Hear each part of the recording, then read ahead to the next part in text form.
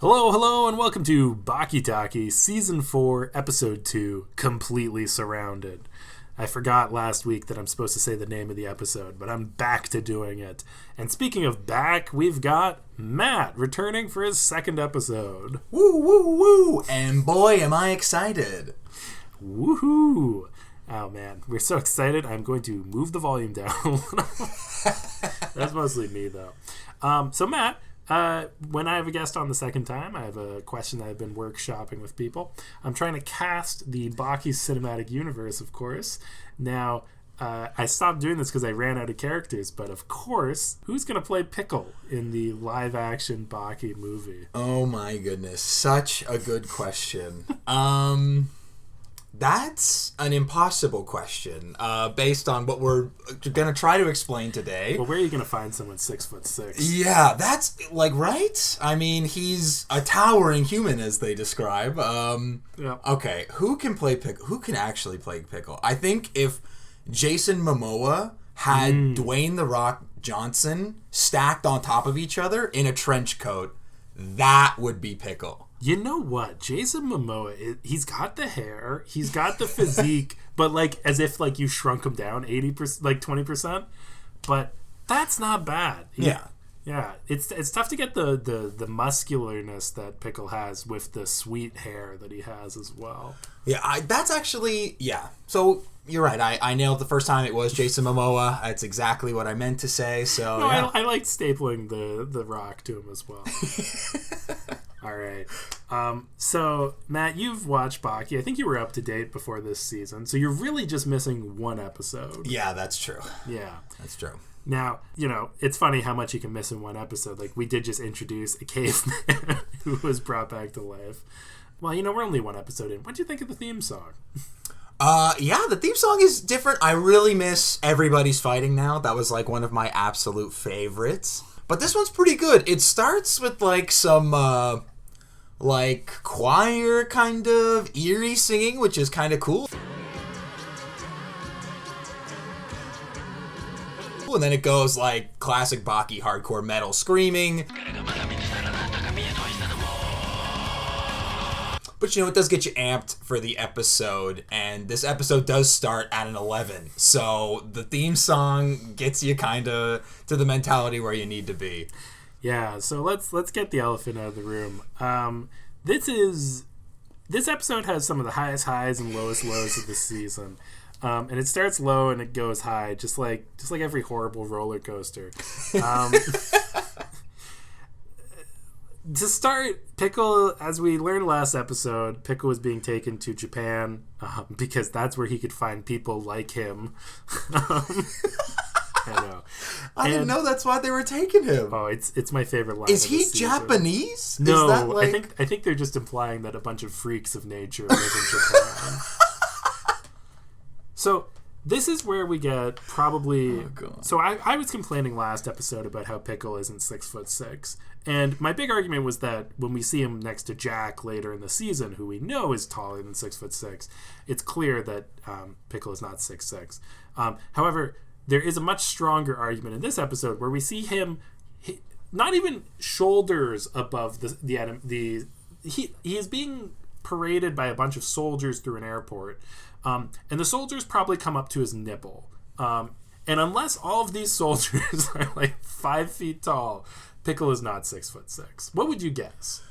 I mean, you're right. He's so much taller. At least he's illustrated so much taller than everyone else. I thought they were going to say something crazy 8 foot. Because, he's like a caveman. But I believe it. And it's not... He has horrible caveman posture. Yeah. If he ever stood up straight, he'd be ginormous. Well, you were warned he was large, but in fact, he's enormous. At least 6.5 feet tall and wearing quite an imposing glare. Yeah, we'll get back to that at the end of the episode. Not to spoil early. How impressive it is. That guy just stood up. So unfortunately, as he's walking through the airport, the news is watching this. A good sign and a good predictor in Baki is if the news is covering it, it's going to go badly. Last season, we saw the news covering Bush doing JFK's tour through Dallas, only to get kidnapped by Baki. This time the news is covering Pickle coming to Japan, and a news reporter comes up, and I'm not going to make you describe it. That'd be horrible. I really appreciate that. I was nervous how I was going to talk about it, but thank you. I appreciate that. So basically, Pickle sees this beautiful reporter who comes up to ask a question. Yes, I'll go over to him now. Excuse me, just one question. And in front of all of his soldiers and all of these people, he assaults the reporter. It's he. I don't want to use the R word on my podcast, but that's what it is in broad daylight. Now, I want to get across what the author was trying to do here, because I do think that there was a point behind this. I think that, and I know there's a point because they spend the next 2 minutes spelling it out. The point here is that they're showing that Pickle comes from another time, but not only that he is so powerful that there is no way that we can enforce our morals, our civilization, and our society onto him. This is the equivalent of a gangster in New York walking out and shooting somebody in the middle of the street. There's no recourse that our society has to a caveman. I guess he takes a nap afterwards as well. Did you want to add anything on this part? There's not much to add, as you said. It's kind of jarring. I sat there like Macaulay Culkin, not believing that Baki was going this far, because I didn't think they'd do that. But they do. But I will add, that scene is bad. It's really bad and it leaves you uncomfortable. But the scene immediately after makes it so much worse, because it's a hard cut after, like, the narrator's like, no one could believe what they saw on live television. First of all, why didn't they cut the cameras? Apparently they didn't. I don't know why. Yeah, that guy was yelling for them. Yeah. Oh my God. They never cut the cameras, which is horrible, but... Just think, that cameraman works with that reporter, and they never cut it. I know. And everyone just that is so many issues. Everyone failed. In that scene, I had two like shock laughs where I was just so overwhelmed. The first was when the cameraman went, "Oh shit," which was what I was thinking. It wasn't the cameraman, it was the news reporter. He does say, "Oh shit." I forgot. Yeah, he's like, "Oh shit." Oh shit. And then the second one was when you said, when the scene ends, you went, "Is that Albert Einstein?" Because Albert Einstein had come in to justify Pickle's rape to us. It's true. Then, his name is Albert Payne, you told me? It's Albert. It's clearly Albert Einstein, and his name is Albert, but it's Albert Payne, which makes sense because he's a biologist in this. And I just watched Oppenheimer, so Albert was like this cute, lovable guy who's like really smart and quirky, and then we get this Albert Einstein trying to justify this horrendous scene. He's like, "You wouldn't judge a dinosaur for eating its food, would you?" And now, as for the unfortunate incident at Haneda Airport, I feel nothing but regret for the female reporter who he victimized. But you have to understand, this man has come from 200 million years ago. And it's So the one thing that I do like about this, and that I hope is intentional, is that I hate Baki's Albert Einstein. He is the fucking worst, and I don't think that him coming in here is so much supposed to tell the audience that what Pickle did is okay. I think that this is a view. It's almost like if Pickle is the villain, we can't hear his perspective because all he does is fucking bear noises that he has. Yeah. So Albert Einstein is his mouthpiece that communicates his view. And the rules we have for society, all our values and morals don't mean a thing to him. He is the antagonist, and so, by the end of the season, I hate Albert Einstein as much as, I dislike Pickle. So I hope that it's an intentional thing, because I came across from this thinking, man, get out of here, Albert. I don't want to hear from you. It really makes me dislike Albert Einstein, but I think that's a good point. Like, we're not supposed to like him.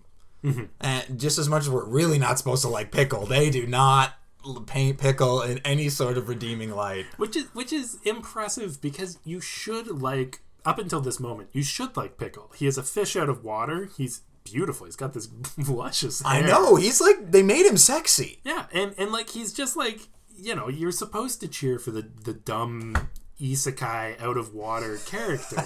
But he's the villain of this. He's not the villain. He's the antagonist of the season. So this does help set the stage, I guess. I think there's better ways you could do this. And I was saying this before, but this is the type of thing that I think fits the show that Baki thinks it is, but not the way that it really is. It's not serious enough to have this. And I think they could have done this in a better way. But I did want to transition because Albert Einstein also talked about, the history of the Earth and the asteroid. Yes. You talked about how you wanted to come at this from an anthropologist perspective. Yes, I spent $40,000. My parents spent $40,000 on my degree, so I at least need to bring up this in some regard. Yeah. Just because they talk about him fighting a T-Rex, which would, first of all, would never happen. Why is that? Did they cover that in your course? Yes, and we did not exist when T-Rexes existed, but let's suspend our disbelief. Let's push as far back as we can. To the Jurassic, yeah, let's go Homo erectus, number one guy, everyone loves Homo erectus, most notable, 1.2 million years ago. Long time, right? Mm-hmm. They are small monkeys. We grew up. This guy is towering over the U.S. military by 3 feet.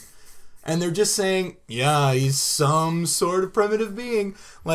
And he looks exactly like everyone else. They even put him in Blade clothes. They put him in a duster. Yo, he was balling. He looked really good. Yeah. But, he would be barely walking. He would have a different bone structure. He would... the bear noises kind of make sense, but other than that... So the thing is, you come into this with, an agreeable, I want to talk about this from anthropology. But the problem is the author came into it from a fuck you to the anthropologist.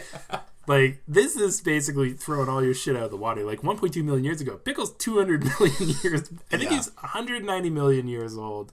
He lived in the Jurassic. They explained it last time by saying... we thought they were only 7 million, which I also think is wrong. Yeah. But it's actually 200 million. And they were actually super jacked.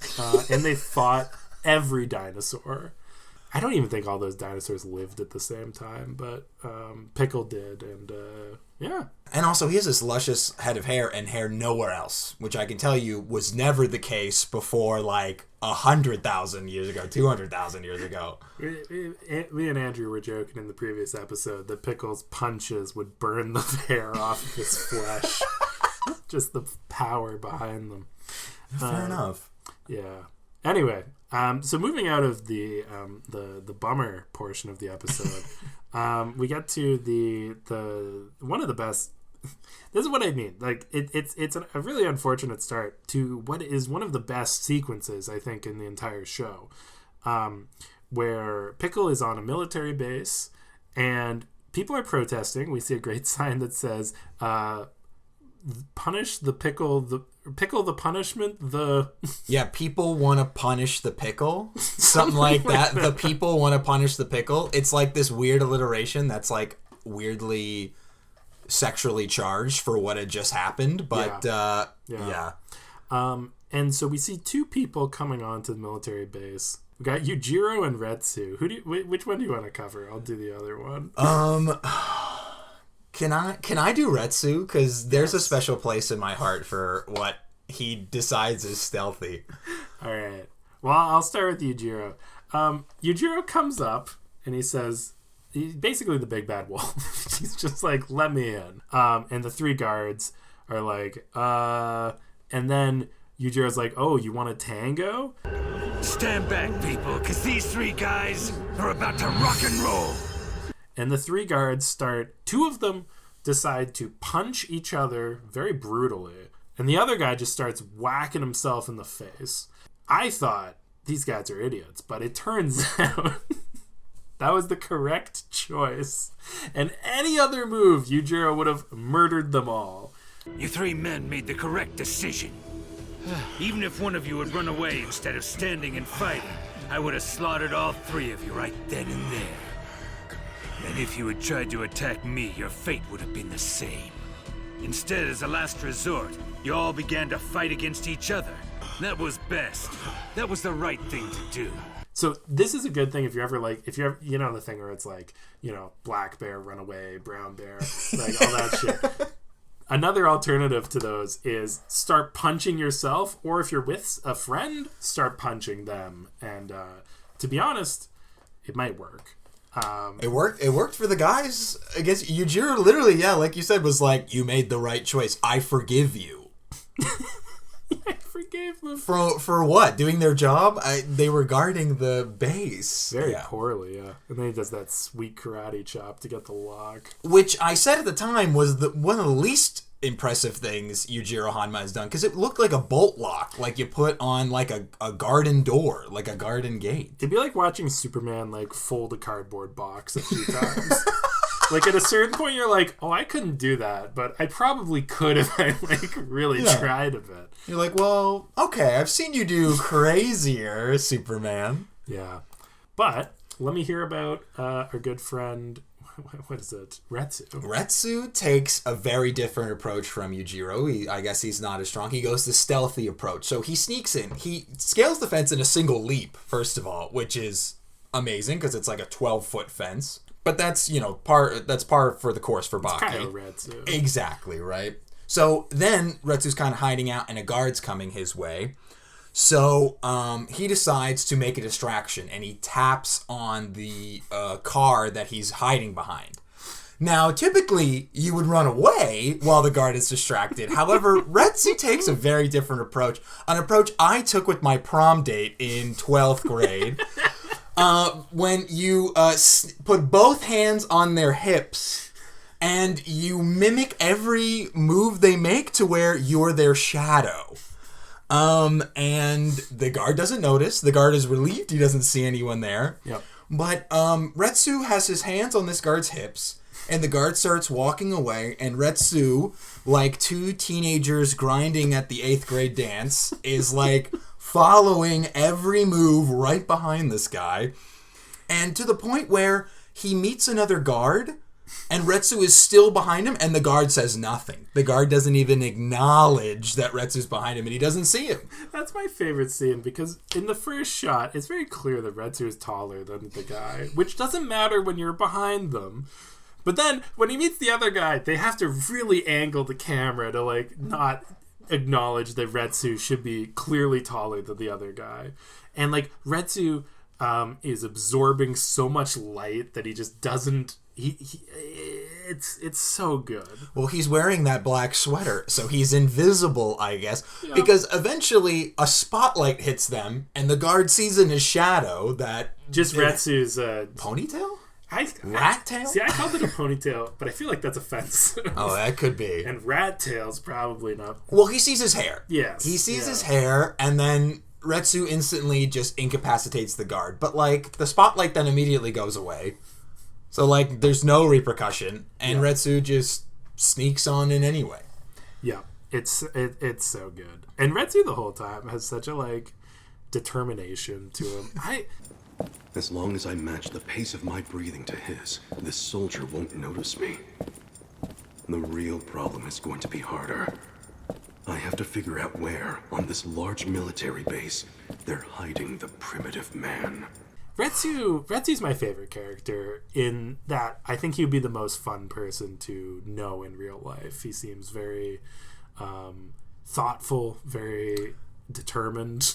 Despite what I just described, he is seemingly the most normal, except you did remind me he has a very odd line when he first sneaks into the base. He says, I feel like I'm sneaking into a woman's bedroom. Which is like, well... there's a few things there. There's a lot open to interpretation there. And then he grabs the guard by the hips. That's like his very next move after saying that. Yeah. Who knows what's going on with Kaoretsu when he's off screen. So Retsu makes it to the compound first, which is weird because Yujiro presumably just walked in a straight line and Retsu's shadow hiding behind multiple people. But Retsu's able to crawl through the ceiling and he shows up, and it turns out that Kosho Shinogi made it there first. Now, Kosho is one of those people who it's like, For the casual listeners of this podcast, you've already forgotten him. Matt, did you know Kosho Shinogi? I did not know who that. I thought it was the doctor guy who is also a master. I always forget how to pronounce his name. I think that's Kiraha Shinogi. So Kosho Shinogi showed up in the first season of Baki. Or it might have been the beginning of the second season. He fought Doyle in his hotel room, and he tried to, beat Doyle, but then Doyle had a bomb on his chest that exploded, and that was how did that end? What was the impact of that? Oh, the impact of that was that then Kiraha Shinogi hired Jack Hanma to walk up, who then put a syringe in Retsu's back and then wandered. The more I say this, none of this mattered. Anyway, Kosho Shinogi's back. Re-download episode 16 of Baki Taki to learn more about Kosho Shinogi. Even describing this, do you remember Kosho Shinogi? Like, one of the most unmentionable characters from this entire encounter, because as we're soon to discover, there's quite a few of them there. Oh my god. Okay, so we're gonna go through it. So this is I believe one of Baki. I find it funny, and I think a lot of the charm is that it's not usually intentionally humorous, but it's very absurd. This, I believe, is intentionally humorous. This is a joke. Retsu came in through the ceiling and found Kosho Shinogo there. Let's just go back and forth. Who's next? Oh man, my favorite, I think, and the first reveal. I'm not sure his name. He has the eye patch. Dopo Orochi. Okay, let me set the scene. Actually, yes. So Pickle is in a cage in this U.S. military base, and in this cage, there is a singular tree. Yep, with a tire swing. There is a bed. There is a koi pond. And there is a plastic dinosaur. And a magazine rack. I forgot about the magazine rack. Most important that they added a magazine rack there. So those are all the things in his room. And he has like a sealed, it's like the Magneto chamber. It's like all glass, like no metal. The amount of times on this podcast I've described things as the Magneto chamber. I'm so glad that you've also done this. Well, there's no other way. No, it's great. To describe, like, it's just accurate. And, okay, so first emerging is Dopo Orochi from the plastic dinosaur. It starts to shake, and then his fist comes out of one of the dinosaur hands, and he's just standing there in dinosaur pants, basically, because the rest of the dinosaur is falling off of him. That won't happen. Because I was here first, Retsu. Got a problem with that?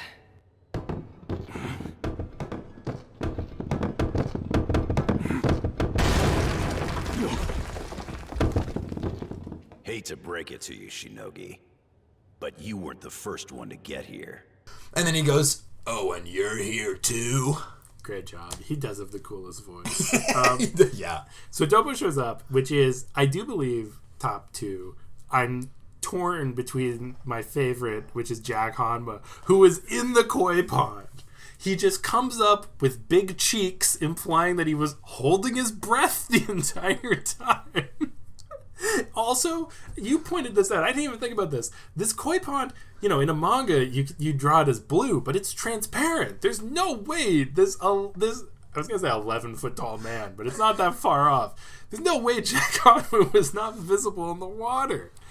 It's like a 4x4 koi pond. This is a small cage this thing is in. Yep. And he's like a 7-foot man, right? Don't they describe him as like a huge man? He's at least 6'11". He's ginormous. Who's next? Okay. One of the most uninspired reveals is I forget his name as well. You're gonna have to help me out. Shibukawa. You know exactly what I'm talking about. Comes out from under the bed, Shibukawa, just out from under the bed like the boogeyman. Like, first of all, they mentioned in a previous scene how monitored the room is. Yeah. And this guy's just under the bed. Yeah. At least the other two, you had to suspend disbelief, but like they could potentially be hiding under a bed. And then he's just like, oh, and I'm here too. I was here first. We were discussing this. Like, what's funnier? Like, the idea that Dopo was in the dinosaur and just saw Goki climb under the bed, or that Goki was in the bed and saw like Jack swim underwater. Or, like, there's so many stupid scenarios there. It's just like, was he under the bed and then like they brought it in and then he like let go and was just like lying on the ground then? I don't. The fun thing is, for a lot of these fighters also, this is all they do this season. Not all of them, but a good chunk. Katsumi comes next. He kicks through the door like the Kool-Aid Man, and he just goes like, what's up? I'm here too. And then I think Kaio Jaku. Jaku, yes. The teacher who wants to teach Japanese martial arts in China. The promising young youth. Just comes in an air vent. Hey, wait a minute here. Did you guys really plan a party and forget to invite me to it? You're here too, Jaku? Retsu, been a while. It's getting embarrassing if you ask me. Bunch of badasses, dressed up like ninjas and sneaking around, all for some caveman. Surprised to see you here, Jaku. I wouldn't miss this for the world. You should know that, Orochi. Social education is an important aspect of martial arts. So they can live life properly, it's vital that we teach that to all promising youth. To who? Did you just call Pickle a promising youth? Like the most, is just like dangling from the ceiling, like, yep. Yeah. Now, Kaio Jaku, I had to comment on this because I find this so funny in retrospect.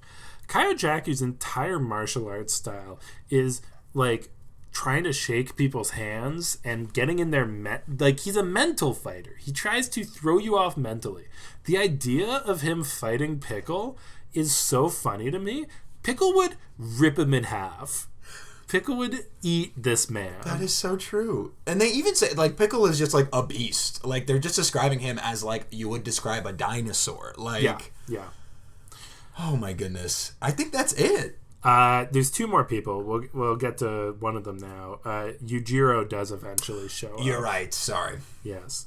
And so then they all start talking. There's some great lines in this. Yujiro says, it looks like the winners of the ugly convention have showed up. He's on his Regina George level in this. He walks in that room, he just starts insulting he just starts going after one guy's dad. Yeah. He's like, you're a loser and you just are here to impress your dad because you're such a loser. That was my favorite part. He said, nobody likes you, Katsumi. I don't. Your dad doesn't. And his dad's response is just a shocked face. And it's like, I didn't think you'd tell him. Like, it's so good. He doesn't reassure him at all. Yeah. So they're all there. Pickle is, of course, in the cage. And it turns out he slept through all this. Jack is able to wake him up by kicking the tree. And Pickle, what does he do? Pickle steps out and is instantly 2 feet taller than everyone else. Like, instantly. Turned out they were all 4'6". Yeah, clearly we're living in the Tom Cruise universe and everyone is just 5 foot. So being 6'6" is a monster. This is the Baki cinematic universe where everybody fan casts Tom Cruise as every other role. But basically, Pickle gets out and he's just like uninterested in everyone because they're not a threat except Yujiro. Yeah. And no. You missed the best part where Pickle walks out and takes a piss.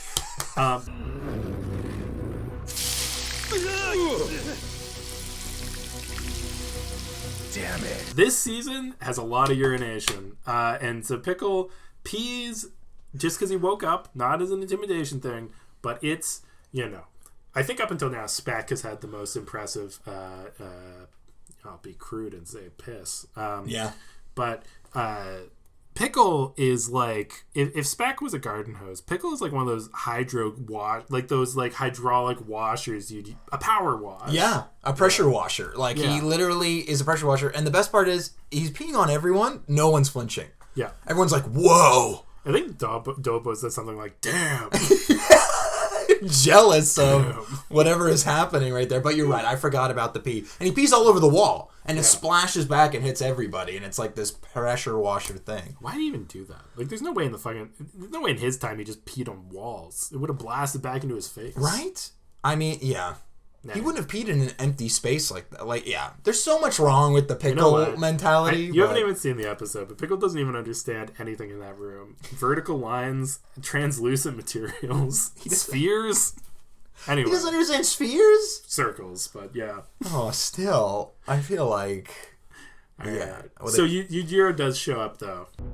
Hello, Pickle, and welcome to the future. Because he's the only guy not freaked out by how cool Pickle is. By pissing on the wall. But then, so Pickle pees on the wall. So Yujiro's comeback is he's presented with the key to open the door to Pickle's room. And he goes, no, I don't need that. And then instead of like kicking it or punching it or belly flopping it, he pushes his face up against the glass or plaster, whatever the room is made of, and pushes his face so hard through it, he just rips through everything. But I really, listeners at home, please watch, if anything, just that scene, because them animating it, it's so hysterical. I'm going to complain about animation a lot this season, but I honestly think they did a fantastic job on this.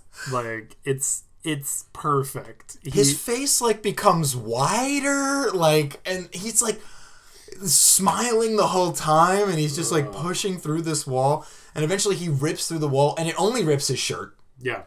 It rips his shirt clean off at a perfect cut from his pants. Thank God.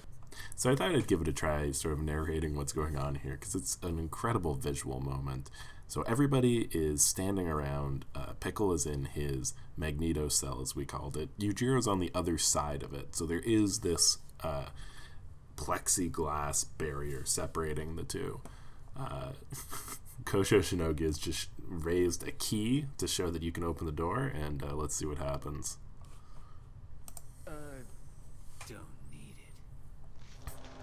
Alright, so now he's pushing his face in. You can see his nose is sort of descending back into his face. Yujiro's already gross muscular face is just, oh my, his body has become a sphere. Okay, and his nose is pierced through. Now all of the glass is just ripping off his entire shirt. His pants are fine. Honey, I'm home. Yeah. And then also, just to point out, the glass actually reforms when he goes back through. There's no shattering. Like, he pushed with enough force to walk through the glass, and then it snaps back to reality. Anyway. And then he's in the cage. Now he's in the cage with this big hole with Pickle. Yeah. And he's like, "Hey Pickle, what's up?" Fist bump. And it turns into a test of strength. Two fists right against each other. And incredibly, I think for the first time ever, Yujiro, he actually has to, it looks like maybe he would have lost this test of strength. And so he has to do a move. What the hell this move is, I don't know. It goes from two fists being up against each other to Pickle flipping through the air. And remember this, because this actually will be important later in the season. But Yujiro uses a move, and he goes, "Damn, I had to use a move on that guy." And yeah, Pickle actually respected Yujiro, which is pretty cool. And then, as we alluded to earlier, after Yujiro like flips him by giving him the hardest props, the daps up of the year, right? Yeah, I guess Pickle just couldn't handle the swag Yujiro was putting out there. But so Pickle for the first time stands up, as they put it, just stands up. And the way the announcer narrates, like, the awe of everyone, it's like they were watching history. This was something no one had ever seen before. No one could fathom the breadth of this. And then he stood up. And with that one simple action, he made certain that any remaining doubts the 9 warriors may have had were erased completely. Also, just to know, Pickle got up earlier to go take a piss. It's not that impressive. He was standing when he pissed. Yeah. Anyway, this standing up, everybody's impressed. I love the faces. Some people are scared. Some people are like, Yujiro's like, "Oh yeah, like, this is great." Then the military shows up, and it's super lame. They're like, "Hey, you guys gotta leave." And Yujiro's like, if okay, but don't do shit or else we'll kick your ass. Yeah. And then they all get in a bus and go home. But we do learn that there was one more guy there, our good friend Gaia, the environmental warfare specialist who threw sand at Sikorsky. He was hiding, camouflaged as the tree, as a part of the tree. He wasn't the entire tree. Yeah. Have you ever heard of what Gaia's up to nowadays? No. There's a new I don't know what the phrase for it. I'm gonna make up my own a spin-off manga of Baki, which is Gaia and Sikorsky are now roommates, and they just live together. Stop. It's actually so good. I've read a few chapters. One of them is Sikorsky is like mad that he doesn't have enough of the room, so he starts living on the ceiling and he takes that whole real estate. But then Gaia starts like barbecuing, so all the smoke is going up to his part of the room. It's it's so good. There's actually a lot of spin-offs of Baki that are like just going on as we speak. I can't believe they're roommates. If I was Sikorsky, I'd be pretty pissed about the whole sand with glass and teeth thing. Because that was like not fair. The thing is, but Sikorsky's a terrible person. Yeah, no, Sikorsky's a death row inmate. Yeah. For a crime we'll never know. You know what's funny? You know, I love the death row inmates, and Pickle is tougher to say that about. And theoretically, these death row inmates are supposed to be the worst of the worst humanity. But you know what they did? They did their crimes off screen. We didn't need to, and they're very vague. We don't need to know about them. And that's what you could have, you don't, that's more fun. Right? And they like treated people with, and it wasn't justified in a weird way or anything, but Pickle somehow, like, what the creator of Baki is saying is that its core, humanity is just going to piss on the wall. They don't care. They're just going to piss on the wall of life, and that's it. It's almost worse. It's almost what they're saying is that humanity used to be like that, and that's when we were much stronger. Yeah, that's when we were better. That's when we could hunt T-Rexes with our bare hands. Oh my god. And fight them. Yeah. I mean, and then the episode kind of ends. And then that's it. Like, it ends with Gaia being revealed. Yeah. And he scutters away in the air vents going, Yujiro definitely knew I was here. And then, like, runs away. Which is so great. What did you think of the ending credits? We haven't talked about that yet.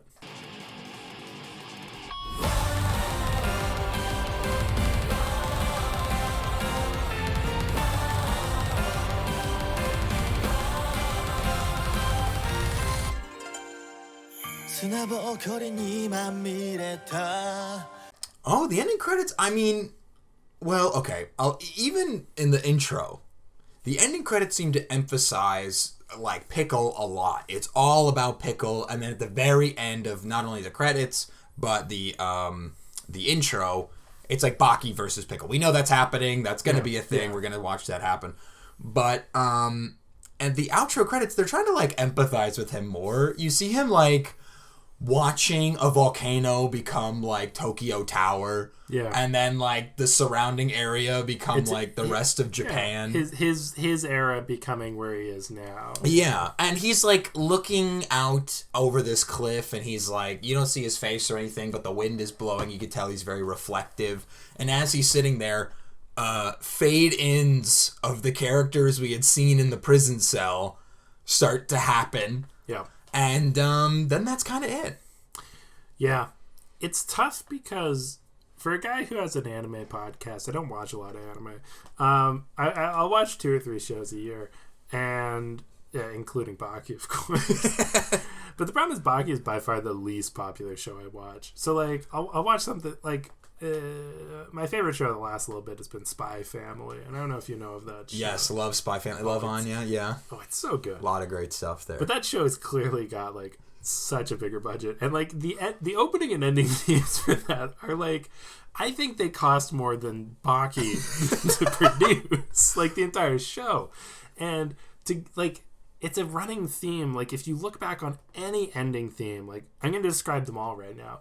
This one is Pickle sitting down and static, like, it's 3 backgrounds and 4 dudes. Last season were chains in, like, Windows Movie Maker, like, effect.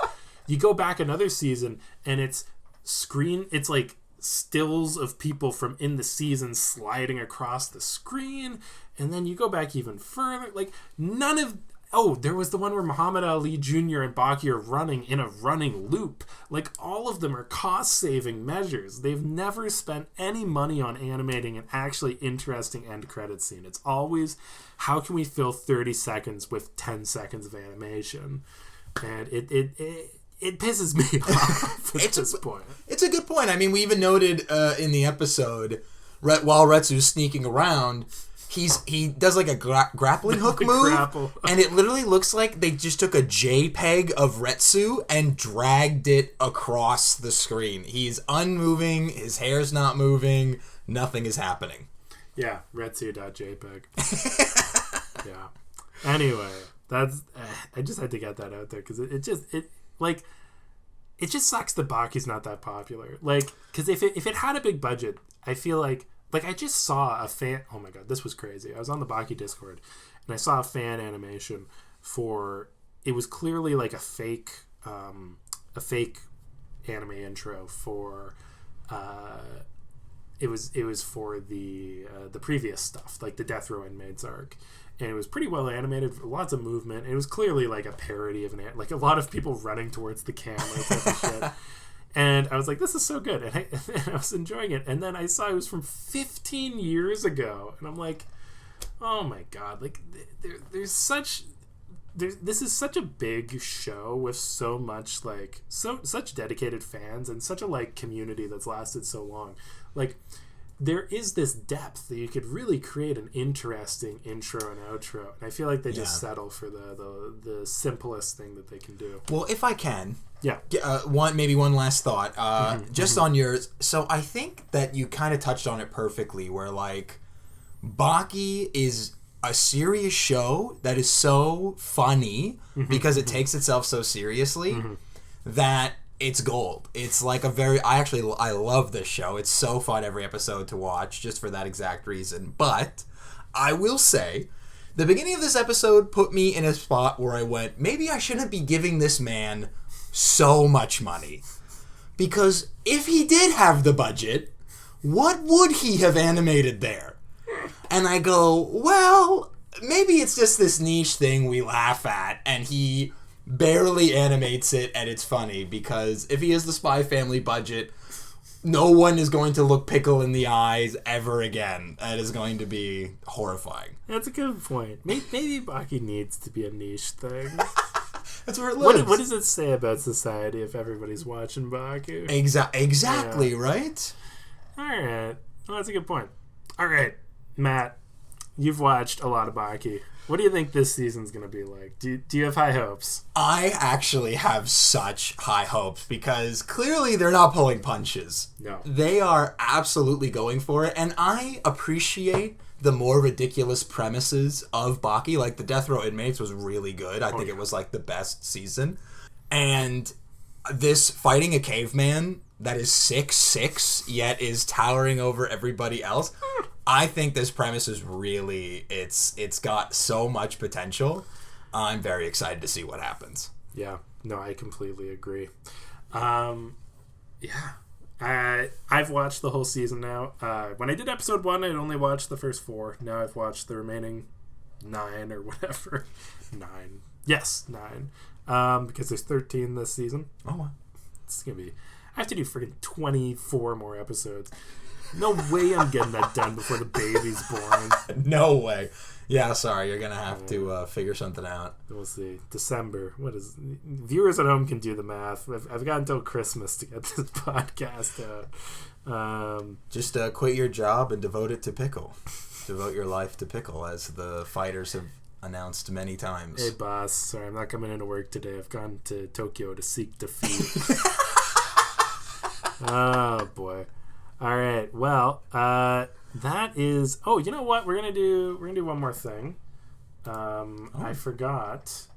With the podcast getting back up, we can do podcast questions.